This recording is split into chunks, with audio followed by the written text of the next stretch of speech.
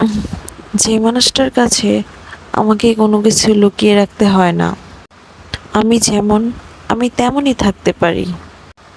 যে আমার চোখের তলায় পড়া ডার্ক সার্কেল, পায়ের ভেঙে পড়ে যাওয়া নখ, অথবা ঘুম থেকে ওঠার পর আমার সেই এলোমেলো পাখির বাসার মতো চুলের কথা যে জানে, যে আমার চিৎকার করে কাদার শব্দ শুনেছে, তীব্র রাগে আমি কেমন তা জেনেছে, আবার আনন্দে আমাকে বাচ্চাদের মতো হাসতে দেখেছে, যার সামনে নিজেকে সাজিয়ে তোলার কোনো তাড়াহুড়াই নেই আমার।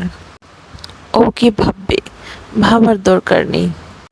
যাকে জড়িয়ে ধরে শান্তির মতো ঘুম ঘুমানো যায়, যার কাছে কখনো জাজ হওয়ার ভয় নেই, যার কাছে মন খুলে আমি আমার হয়ে থাকতে পারি।